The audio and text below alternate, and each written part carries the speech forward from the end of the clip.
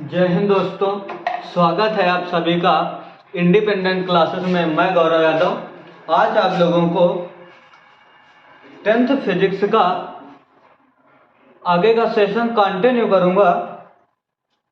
तो हम लोगों ने नेक्स्ट सेशन में गोलीय दर्पणों के बारे में अध्ययन किया था। आज हम लोग उन गोलीय दर्पणों से जो हमें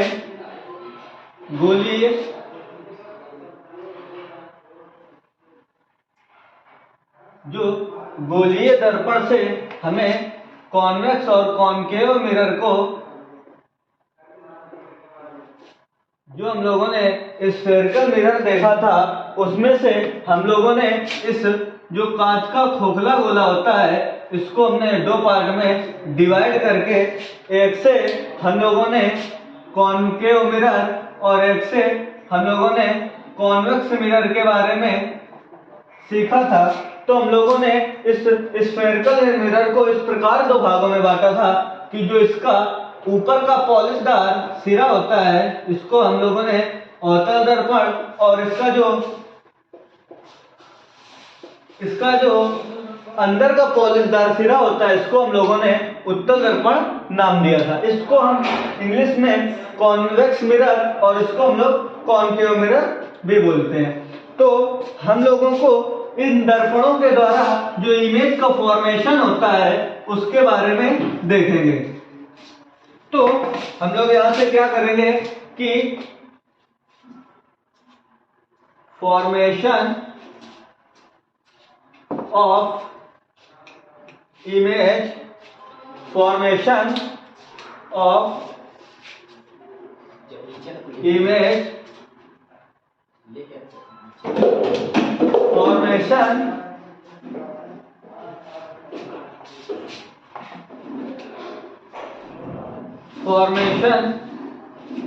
of image by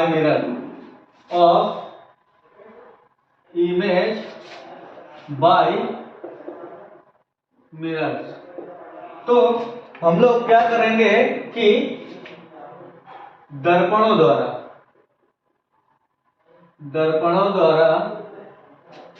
प्रतिबिंबों का बनना, दर्पणों द्वारा प्रतिबिंबों का बनना। आज हम लोग सीखेंगे कि जो कॉन्वेक्स और कॉनकेव मिरर होते हैं हमारे, उनके द्वारा हमें प्रतिबिंब किस प्रकार प्राप्त होते हैं। सबसे पहले हम लोग अवतल दर्पण द्वारा अवतल दर्पण यानी कि कॉनकेव मिरर द्वारा हम लोग कॉनकेव मिरर द्वारा जो इमेज का फॉर्मेशन होता है, दर्पणों द्वारा प्रतिबिंबों का जो बनना होता है, सबसे पहले हम अवतल दर्पण द्वारा प्रतिबिंबों का बनना देखेंगे। और जो अवतल दर्पण में प्रतिबिंबों के बनने की स्थितियां होती हैं वो 6 प्रकार की स्थितियां होती हैं। टोटल स्थितियां 6 प्रकार की होती हैं। जो इसका जो फर्स्ट होती है वो होती है जब वस्तु अनंत पर हो। इमेज जो होती है वस्तु वो अनंत पर क्या हो, जो आपकी वस्तु है वो जो आपका ऑब्जेक्ट है जब वो अनंत पर स्थित हो तो प्रतिबिंब हमें किस प्रकार प्राप्त होगा वो हम आइए देखते हैं। सबसे पहले हमें एक प्रिंसिपल स्केच ड्रॉ लाइन जो दर्पण के मध्य बिंदु से, मैंने आपको इसके नेक्स्ट सेशन में जो मुख्य परिभाषाएं होती हैं दर्पण के रिकॉर्डिंग वो मैंने आप लोगों को बताया था। सबसे पहले हम लोग इसे मुख्य फोकस, वक्रता केंद्र। अब क्या करेंगे कि जो वस्तु होती है आपकी इमेज, वो जब वस्तु को हम लोग कहां पर रखते हैं, अनंत पर। अनंत का मतलब ऑब्जेक्ट हमें बहुत दूर, उसकी हमें एग्जैक्ट लोकेशन या एग्जैक्ट स्थिति नहीं पता कि वह कहाँ पर है। तो वस्तु जब अनंत पर होती है तो सबसे पहले कि जो हमें इमेज प्राप्त करना होता है, जो इमेज का फॉर्मेशन करना होता है, वो हमें किसी भी वस्तु के द्वारा जो किरणें आती हैं, कम से कम 2 किरणों के द्वारा हमें वस्तु द्वारा इमेज का फॉर्मेशन या वस्तु द्वारा प्रतिबिंबों का बनना प्राप्त कर सकते हैं। आइए चलते हैं हम लोग। सबसे पहले जो एक रेखा होगी आपकी प्रकाशिक केंद्र सी से गुजर के जाएगी और आपकी एक रेखा जो मुख्य अक्ष से दर्पण पर पड़ने के पश्चात वह मुख्य अक्ष के समांतर हो जाती है। इस प्रकार हमें 2 रे निकलती हुई दिखाई देती है। तो हम लोग इनको गाढ़ा कर सकते हैं। इस प्रकार इन रे को हम लोग इस प्रकार प्राप्त कर सकते हैं। तो जो वस्तु जो फोकस होगा वहां से एक रेखा गुजरती हुई दिखाई देगी और एक वक्रता केंद्र सी से हमें वस्तु द्वारा रेखाएं गुजरती हुई दिखाई देती हैं। तो ये रे, सबसे पहले बात, जो वक्रता केंद्र की रे आती है, जो किरण आती है, वो जिस मार्ग से आती है उसी मार्ग से वापस चली जाती है। और जो फोकस पर रे आती है वो पड़ने के पश्चात मुख्य अक्ष के समांतर होती हुई निकल जाती है। सबसे इंपॉर्टेंट बात कि ये जो दोनों रे जिस बिंदु पर काटती हैं वो मुख्य फोकस कहलाता है। वो मुख्य, ये दोनों रे आपस में एक दूसरे को जिस बिंदु पर काटती हैं उस बिंदु को मुख्य फोकस कहते हैं। और यहीं पर हमें इमेज का फॉर्मेशन प्राप्त होता है। यहीं पर हमें जो इमेज है वो प्राप्त होती है। इमेज हमें किस प्रकार प्राप्त होती है कि ये दोनों रे जहां पर एक दूसरे को काटती हैं, ये दोनों रे जहां पर एक दूसरे को, जिस बिंदु पर एक दूसरे को काटती हैं, वहां पर हमें वस्तु के इमेज का फॉर्मेशन करना होता है कि वस्तु हमें जिस बिंदु पर काटती है वहां पर हमें इस पर जो इमेज बनेगी या प्रतिबिंब बनेगा वो दोनों रे या दोनों किरणों के कटान बिंदु पर बनता है। तो क्या हमें से जो एग्जामिनर हमें पूछेगा कि जब वस्तु अनंत पर होती है तो इसका प्रतिबिंब कहां पर बनता है, कैसा बनता है और कितनी दूर पर और किस बिंदु पर बनता है और किस प्रकार का बनता है। तो सबसे पहले जो प्रतिबिंब होता है इस वस्तु से छोटा होता है। प्रतिबिंब वस्तु से छोटा होता है, लिख सकते हैं हम लोग। उल्टा होता है, आप लोग देख रहे हैं ये वस्तु इस प्रकार रखी है, जो इसका प्रतिबिंब बनेगा वो आई डैश उल्टा बनेगा। तो हम इस प्रकार लिख सकते हैं उल्टा बनेगा। और सबसे बड़ी बात कि जो अनंत पर वस्तु रखी होती है उसका प्रतिबिंब हमें मुख्य फोकस पर प्राप्त होता है। तो यहां पर हम लिखेंगे मुख्य फोकस पर बनेगा। और यह प्रतिबिंब किस प्रकार का है, वास्तविक है या आभासी। अब आप लोगों को ये जानना होगा कि जो वास्तविक और आभासी प्रतिबिंब क्या होते हैं। तो जो वास्तविक प्रतिबिंब होते हैं, यदि हम कोई रे, ये जो लाइट है, ये लाइट अभी हाथ में मेरे पड़ रही है और पड़ने के पश्चात ये जो इमेज बन रही है, आप लोग देख रहे हैं कि जो ये हाथ की परछाई इस बोर्ड पर आसानी से दिख रही है। तो ये जो प्रतिबिंब हमें किरण पड़ने के पश्चात, जो लाइट से किरणें पड़ रही हैं हाथ में, पड़ने के पश्चात हमें जो पर्दे पर प्राप्त होती है, यानी जो दर्पण पर प्राप्त की जाए, यानी कि जो बोर्ड में भी दिख रहे हैं हाथ की जो परछाई, ये हमारा वास्तविक प्रतिबिंब होता है। और यदि ये जो किरणें हाथ पर पड़ने के पश्चात पीछे अगर हाथ ना दिख रहा हो, हाथ की परछाई, तो उस प्रकार के प्रतिबिंब को हम आभासी प्रतिबिंब कहते हैं। अकॉर्डिंग टू फिजिक्स इसकी परिभाषा होती है कि यदि कोई वस्तु पर प्रकाश पड़ता है और पड़ने के पश्चात, यदि किसी वस्तु पर प्रकाश पड़ता है और पड़ने के पश्चात वस्तु का प्रतिबिंब पर्दे पर प्राप्त किया जाए तो उसे हम वास्तविक प्रतिबिंब कहते हैं। और यदि वस्तु पर प्रकाश पड़ने के पश्चात उसका जो प्रतिबिंब बने वो पर्दे पर ना दिखे, हमें कुछ भी ना दिखे, उसे हम आभासी प्रतिबिंब कहते हैं। सबसे बड़ी बात और मेन बात कि ये जो आभासी प्रतिबिंब होते हैं ये हमेशा सीधे या ज्यादातर सीधे बनते हैं, और जो आपके वास्तविक प्रतिबिंब होते हैं ये ज्यादातर उल्टे बनते हैं। तो ये जो प्रतिबिंब होगा आपका वास्तविक होगा। हमें इस प्रकार के पॉइंट सेम अवतल दर्पण की 6 स्थितियों में इस प्रकार के फॉर्मेशन का हमें प्रतिबिंब का बनना दिखाना होगा कि कहां पर बनता है और कैसा बनता है। तो जो आपकी अनंत पर वस्तु होती है उसका प्रतिबिंब वस्तु से छोटा, उल्टा बनेगा, मुख्य फोकस पर बनेगा और वास्तविक बनेगा। इसके बाद जो इसकी सेकंड स्थिति होती है, आप लोग इसका स्क्रीनशॉट ले लें, उसके बाद इसको रब करते हैं। तो इसकी जो सेकंड स्थिति होगी वो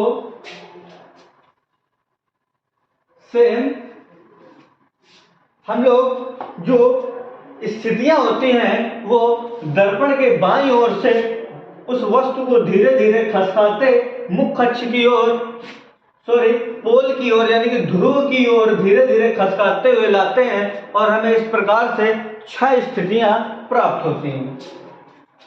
अब हम लोग इसे अवतल दर्पण की जो आपकी नेक्स्ट स्थिति है इसे P यानी ध्रुव और F फोकस और C वक्रता केंद्र। अब हम वस्तु को कहां पर रखेंगे? जो आपकी सेकंड है वो जब वस्तु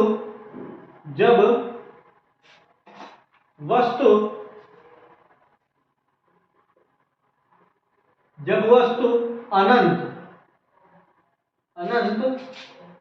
और वक्रता केंद्र के मध्य हो, वक्रता केंद्र के मध्य स्थित हो,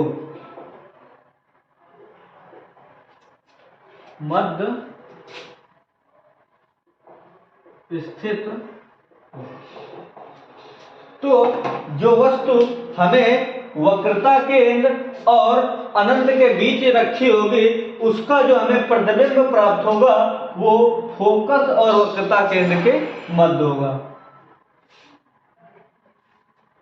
इसका जो प्रतिबिंब हमें प्राप्त होगा वो फोकस और वक्रता केंद्र के बीच प्राप्त होगा। आइए चलते हैं। तो यदि वस्तु को हम इस प्रकार यहां रख दें तो जो इसका प्रतिबिंब बनेगा वो एक रेखा यानी एक रे सीधे दर्पण पर पड़ेगी, एक रे सीधे, जो चित्र है ना आप लोग पेंसिल से और पटरी की सहायता से इन्हें बनाइएगा तो आसानी से बन जाएंगे। तो एक सी वक्रता केंद्र जो आएगी, जो आपकी वस्तु होगी पहली रेखा वक्रता केंद्र से जाएगी वस्तु की ओ डैश, और आपकी जो सेकंड रे होगी वो फोकस से गुजरती हुई जाती है, लेकिन वो रे मुख्य अक्ष के समांतर चलती हुई फोकस में कुछ इस प्रकार जाती हुई प्रतीत होती है। आप लोग इसका आराम से फॉर्मेशन कर लें, इसको यहां से इस प्रकार मिला लें। बोर्ड में मारकर फिसल रहा है, तो इसे इस प्रकार बना सकते हैं आप लोग। इसकी जो किरण जाने की जो दिशा होगी, तो मैंने इसके नेक्स्ट फिगर में आपको चित्र में बताया था कि जो प्रकाशिक केंद्र या वक्रता केंद्र से जो किरण आती है वो जिस मार्ग से आती है उसी मार्ग से आसानी से वापस चली जाती है। उसके बाद जो सेकंड आती है वो मुख्य अक्ष से दर्पण पर परावर्तन के पश्चात मुख्य अक्ष से सीधे निकल जाती है। इसके द्वारा जो इमेज का फॉर्मेशन हुआ, इसके द्वारा यहां पर जो इमेज का फॉर्मेशन हुआ आई डैश, वो हमें सेम उसी प्रकार लिखेंगे कि जब वस्तु अनंत और वक्रता केंद्र के मध्य हो तो वस्तु हमें फोकस और वक्रता केंद्र के बीच मिलती है। वस्तु का जो इमेज बनेगा फोकस और वक्रता केंद्र के बीच। जब वस्तु हमारे अनंत और वक्रता केंद्र के बीच रखी हो तो जो हमारा इमेज बनेगा या जो चित्र बनेगा या प्रतिबिंब जो प्रतिबिंब बनेगा वो फोकस और वक्रता केंद्र के बीच बनेगा। सेकेंड बात कि जो आपका प्रतिबिंब होगा वह उल्टा होगा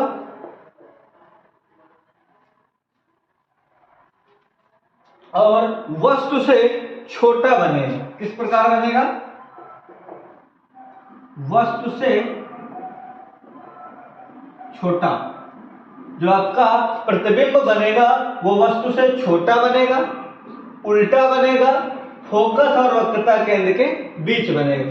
सबसे बड़ी बात मैंने अभी आप लोगों को बताया था कि जो उल्टे प्रतिबिंब होते हैं वो हमेशा या ज्यादातर, हमेशा नहीं बोल सकते, ज्यादातर ज्यादातर वास्तविक प्रतिबिंब बनाते हैं। क्या बनाते हैं? वास्तविक प्रतिबिंब बनाते हैं। तो इस प्रकार ये आपका जो सेकंड हो गया इसका कि जब वस्तु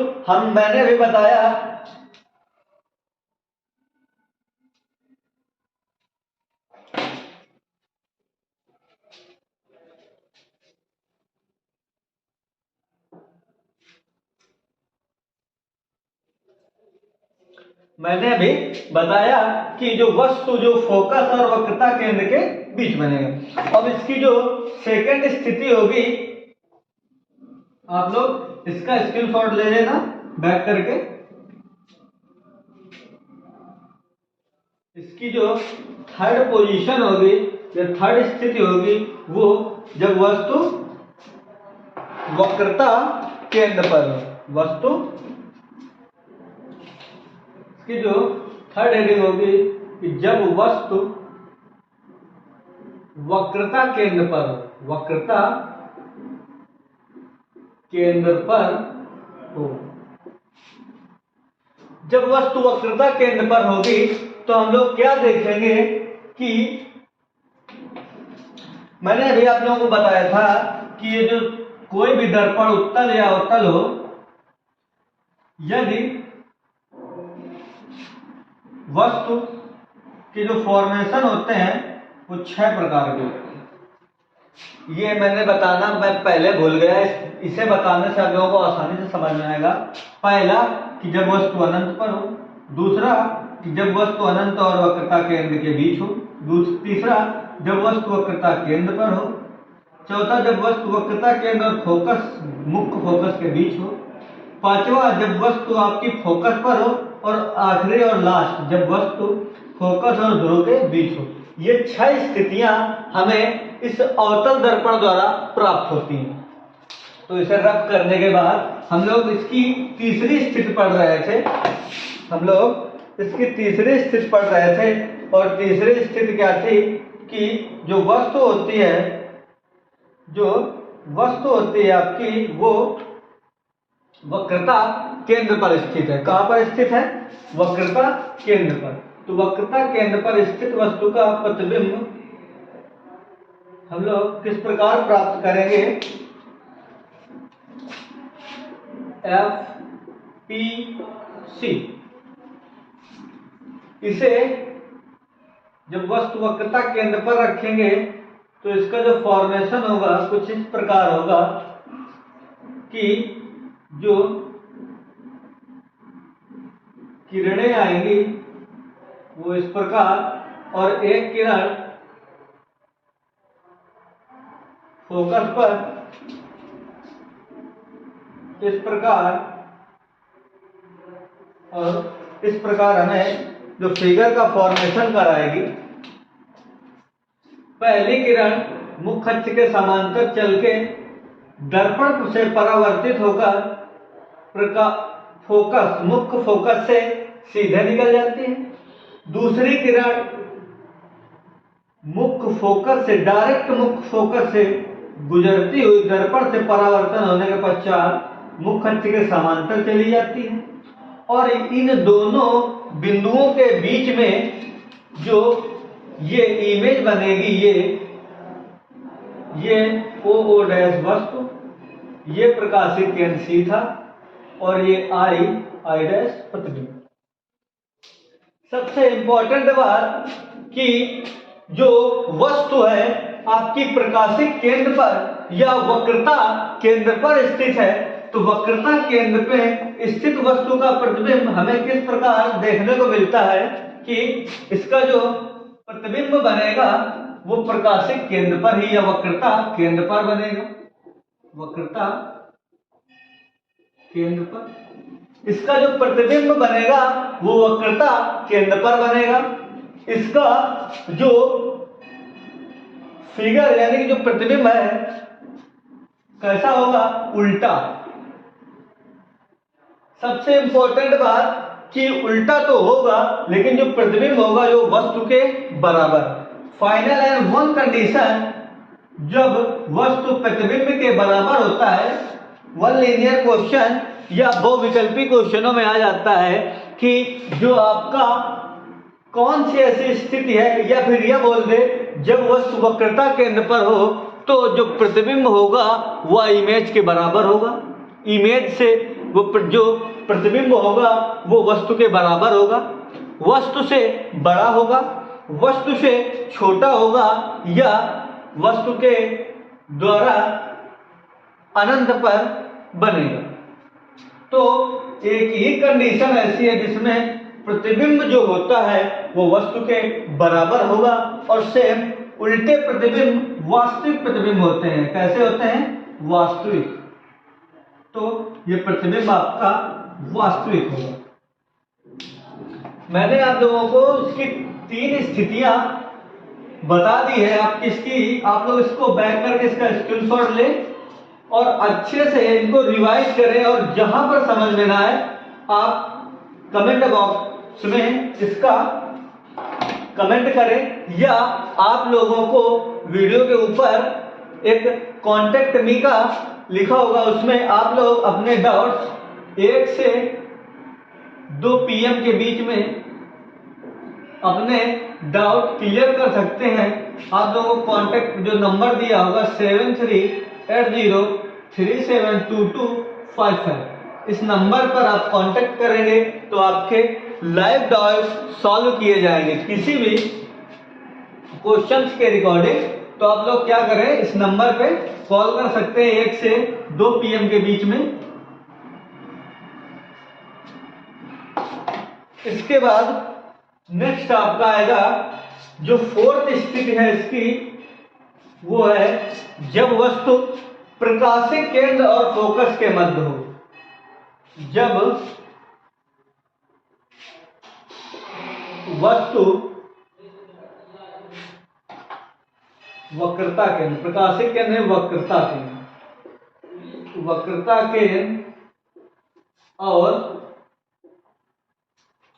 वक्रता केंद्र और मुख्य फोकस के मध्य हो, मुख्य फोकस या कहेंगे फोकस भी लिखा रहता है कि मध्य स्थित हो। तो जब वस्तु वक्रता केंद्र और मुख्य फोकस के मध्य स्थित होगी तो वह हमें इस प्रकार प्राप्त होगी कि हमें ये आपका कॉनकेव मिरर और ये ध्रुव P, F और C, जब वस्तु को हम यहाँ पर स्टेबल करेंगे या स्थित करेंगे तो हमें इसका जो इमेज प्राप्त होगा वो बहुत ही एक प्रकार का इस वस्तु से बड़ा, बहुत ही बड़ा नहीं, कुछ बड़ा आकार में प्राप्त होगा और जो प्रतिबिंब प्राप्त होगा वो आपको वक्रता के और अनंत के बीच का ही प्राप्त होगा। तो सबसे पहले जो एक रे आएगी वो दर्पण पर परावर्तन के पश्चात प्रकाशिक केंद्र से गुजरती हुई जाएगी और सेकंड रे आपकी मुख्य फोकस से, मुख्य प्रकाशिक केंद्र C से गुजरेगी एक रेखा और एक रेखा आपकी मुख्य फोकस से गुजरती हुई प्रतीत होगी। तो हम लोग प्रकाशिक केंद्र C, प्रकाशिक केंद्र C, तो यहां से हम लोग एक रेखा इस प्रकार गुजरेगी और एक रेखा आपकी फोकस से, फोकस F से इस प्रकार दोनों रेखाएं काफी दूर में एक दूसरे को इस प्रकार काटेंगी और ये बिंदु आपका F हमें, आप लोग पेंसिल से बनाइएगा, बहुत ही अच्छे चित्र निकल के आएंगे। जो इसके रिकॉर्डिंग आपको जो प्रॉब्लम हो चित्रों पे वो आप लोग कांटेक्ट करके पूछ लेंगे पीछे। तो यहाँ से जो आपका प्रतिबिंब बन के आएगा वो यहाँ पर कुछ इस प्रकार का आई डैश प्रतिबिंब प्राप्त होगा। और यह जो प्रतिबिंब होगा, सबसे बड़ी बात कि जो प्रतिबिंब आपका बनेगा वक्रता केंद्र और अनंत के बीच, अनंत के मध्य। दूसरा सेम की तरह उल्टा। तीसरी बात कि जो प्रतिबिंब होगा आपका, जो प्रतिबिंब होगा आपका वह वस्तु से बड़ा होगा, वस्तु से बड़ा। आप लोगों को जिस तरह फिगर में दिख भी रहा होगा कि जो प्रतिबिंब है ये वस्तु है आपकी, इस वस्तु से ये जो इमेज बन रहा है प्रतिबिंब वो बड़ा बन रहा है। इसी प्रकार वस्तु से जो प्रतिबिंब होगा आपका वस्तु से बड़ा और वास्तविक, वास्तविक क्यों होगा ये आप लोग कमेंट करके बताइए। मैंने अभी आप लोगों को जस्ट अभी बताया है कि जो प्रतिबिंब उल्टे होते हैं, ज्यादातर उल्टे प्रतिबिंब वास्तविक प्रतिबिंब होते हैं। तो आप लोग सेम इसका फॉर्मेशन करेंगे पीछे वाले के रिकॉर्डिंग। इसके बाद आपका जो नेक्स्ट आता है पांचवी स्थिति, वो आपकी होगी जब वस्तु फोकस पर स्थित हो। जब वस्तु फोकस पर स्थित हो, जब वस्तु फोकस पर स्थित हो, जब वस्तु को हम फोकस पर स्टेबल कराएंगे या स्थित कराएंगे तो हमें जो प्रतिबिंब प्राप्त होगा वो अनंत पर प्राप्त होगा। प्रतिबिंब जो हमें प्राप्त होगा वह हमें अनंत पर प्राप्त होगा जब वस्तु को हम कहां पर, फोकस पर स्थित कराएंगे। एक रे इस प्रकार आपकी जाएगी दर्पण पर रिफ्लेक्टेड होने के पश्चात फोकस से सीधे गुजर जाएगी और दूसरी रे वक्रता केंद्र से इस प्रकार सीधी गुजर जाएगी। और जो ये वस्तु है ओ डैश, ये जो वस्तु है आपकी ओ डैश वस्तु, इसकी जो प्रतिबिंब बनेगी, जो मैंने आपको बताया कि अनंत पर बनेगी, और अनंत किसी को एक एग्जैक्ट पोजीशन या लोकेशन नहीं होती जिससे हमें फिगर को आगे क्रिएट कर सके। तो जो प्रतिबिंब आपका बनेगा वो कैसा होगा, कहां पर बनेगा, अनंत पर। प्रतिबिंब आपका इन्फिनाइट पे बनेगा और वस्तु से बहुत बड़ा बनेगा, बहुत बड़ा बनेगा। सेकंड थर्ड पॉइंट कि जो प्रतिबिंब होगा उल्टा होगा, और आप लोग जानते हैं कि जो उल्टे प्रतिबिंब होते हैं वो वास्तविक होते हैं, वास्तविक प्रतिबिंब होगा।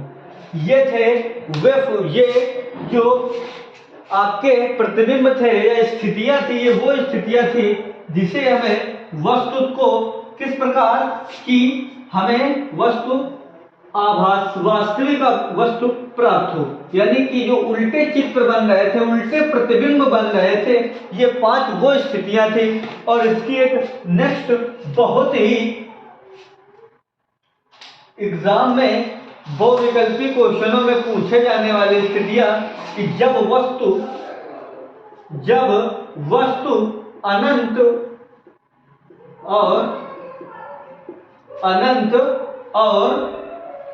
जब वस्तु फोकस और ध्रुव के मध्य हो, जब वस्तु फोकस और ध्रुव के मध्य हो, तो जब वस्तु आपकी फोकस और ध्रुव के मध्य होती है तो उसका जो फिगर हमें मेंशन करना होता है वो कुछ इस प्रकार से निकल के आएगा, FC।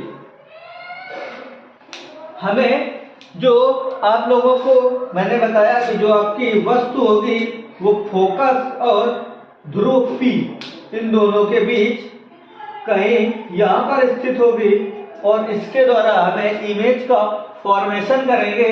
तो हमें पहली किरण दर्पण से परावर्तन के पश्चात मुख्य अक्ष से इस प्रकार, और दूसरी किरण हमें वक्रता केंद्र C से इस प्रकार। आप लोग ये देख रहे होंगे कि ये जो किरणें हैं आपस में कहीं से इनका मेल मिलाप संभव नहीं है कि ये एक दूसरे को टच करे, स्पर्श करे या कट करे। तो हम लोग इसका जो फॉर्मेशन करते हैं ये इस बिंदु द्वारा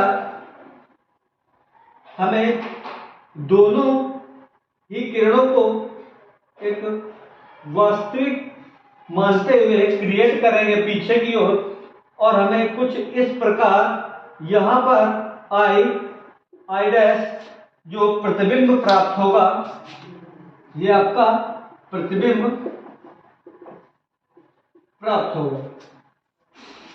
तो सबसे बड़ी बात कि जो अवतल दर्पण की लास्ट ही एक ऐसी स्थिति है जिसमें हमें प्रतिबिंब जब वस्तु फोकस और ध्रुव के मध्य स्थित हो तो उसका प्रतिबिंब दर्पण के पीछे प्राप्त होगा। आप लोग लिख सकते हैं कि दर्पण के पीछे प्राप्त होगा, सीधा होगा। और आप लोगों को मैंने बताया था कि ज्यादातर उल्टे प्रतिबिंब वास्तविक होते हैं और जो सीधे प्रतिबिंब होते हैं ज्यादातर वो आपके आभासी प्रतिबिंब होते हैं। कैसे? आभासी। तो ये आभासी होगा और दर्पण के पीछे बनेगा, सीधा प्रतिबिंब होगा, आभासी होगा और दर्पण के पीछे बनेगा। कहां पर बनेगा? दर्पण के पीछे बनेगा। सबसे बड़ी बात। उसके बाद ये जो प्रतिबिंब है, जो ये वस्तु है, ये ओ डैश, ये जो वस्तु है ये एक प्रकार की बहुत ही छोटी सी, इस फिगर के अपेक्षा ये वस्तु बहुत ही छोटी दिख रही है। तो जो हमारा नेक्स्ट पॉइंट होगा वस्तु से बहुत बड़ा होगा। जो प्रतिबिंब आपका होगा वो वस्तु से बहुत ही बड़ा प्राप्त होगा। इस प्रकार हम लोगों ने इन अवतल दर्पण के द्वारा प्रतिबिंबों का फॉर्मेशन पढ़ा। अब हम लोग आगे इसको कंटिन्यू करेंगे कि उत्तल दर्पण द्वारा यानी कि कॉन्वेक्स मिरर द्वारा जो स्थितियां हैं उनका फॉर्मेशन करेंगे। तो सबसे पहले जो उत्तल दर्पण होता है इसकी दो स्थितियां हैं। कॉन्वेक्स मिरर की जो कॉन्वेक्स मिरर है इसकी दो स्थितियां हैं और दोनों ही वर्चुअल इमेज प्राप्त करती हैं। सबसे पहले बात कि जो ये उत्तल दर्पण होता है इसमें हाई स्कूल के लेवल पे एक ही स्थिति बताई जाती है, लेकिन उत्तल दर्पण की दो स्थितियां होती हैं। पहली स्थिति कि जब वस्तु अनंत पर हो, दूसरी स्थिति जब वस्तु अनंत और ध्रुव के मध्य स्थित हो। तो सबसे पहले हमें जो फिगर का फॉर्मेशन है तो यहां से करेंगे कि जब वस्तु अनंत पर हो। कहां पर हो? जब वस्तु अनंत पर हो। तो अनंत पर होने पर सबसे पहले जो उत्तल दर्पण होता है वह कुछ इस प्रकार का होता है, सेम P, बट जो इसकी फोकस दूरी जो वक्रता केंद्र होती है वो आभासी होता है। सॉरी, इस प्रकार से जो प्रतिबिंब प्राप्त होते हैं वो आभासी प्रतिबिंब प्राप्त होते हैं। तो सबसे पहले ये वस्तु होगी आपकी जो अनंत पर रखी है और इससे चलने वाले प्रकाश की किरणें दर्पण पर पड़ती हैं और पड़ने के पश्चात कुछ पीछे की ओर लौटने लगती हैं। ये किरण जो आपकी आएगी मुख्य अक्ष के समांतर चल के दर्पण पर पड़ेगी और पीछे की ओर लौटने लगेगी।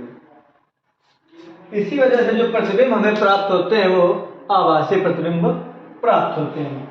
इसके द्वारा जो आपका देखते हैं आप लोग कि जो दर्पण होते हैं अवतल दर्पण वो किरणों को फैलाता है और जो आपका उत्तल दर्पण होता है वो किरणों को सिकोड़ता है।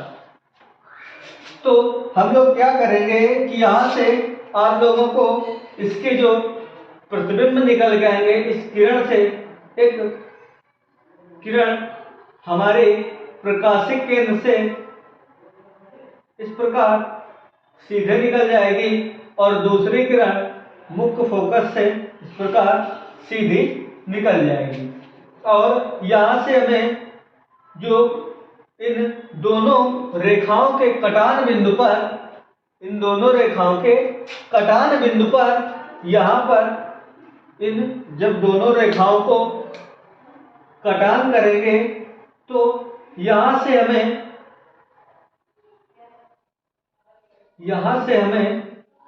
आई डैश प्रतिबिंब प्राप्त होगा। और सबसे बड़ी बात कि जो प्रतिबिंब होगा आपका, जो ये प्रतिबिंब होगा वो आभासी होगा। सबसे पहले कि ये फोकस और ध्रुव के बीच बनेगा। कहां पर बनेगा? फोकस और ध्रुव के बीच। फर्स्ट बात। सेकेंड पॉइंट कि ये सीधा होगा। कैसा होगा? सीधा होगा। सीधा होने की वजह से ये आभासी होगा और वस्तु से छोटा होगा। वस्तु से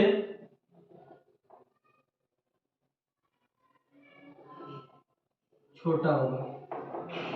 इसकी जो नेक्स्ट स्थिति होगी वो सेम मैंने बताया कि जब वस्तु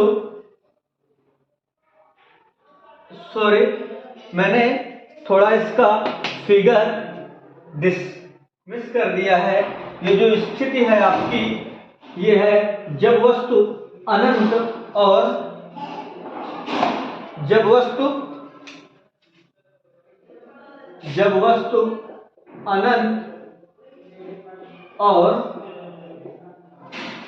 ध्रुव के मध्य हो, ध्रुव के मध्य। ये मैंने देखा नहीं फिगर का, जब मैं फॉर्मेशन कर रहा था, जब मैं फिगर बना रहा था, तो मैंने थोड़ा डिसबैलेंस कर दिया फिगर को। और ये जो फिगर आपका बनेगा, जब वस्तु अनंत और ध्रुव के बीच स्थित हो, तो वस्तु फोकस और ध्रुव के बीच बनेगी, सीधा आभासी और वस्तु से छोटा होगा, इस पे कोई प्रभाव नहीं पड़ेगा। और जो आपका नेक्स्ट होगा वो होगा जब वस्तु अनंत पर हो। जब वस्तु आपकी, जो इसका नेक्स्ट होगा वो पीछे हो गया थोड़ा, जब वस्तु अनंत पर होगी, जब वस्तु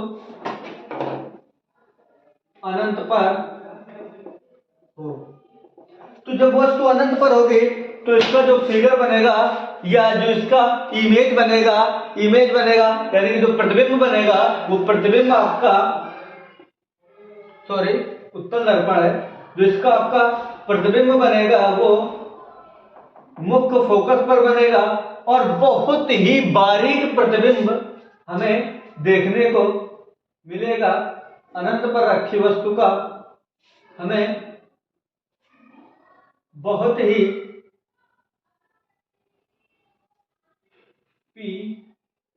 PFC, इसका जो प्रतिबिंब आपका बनेगा वो बहुत ही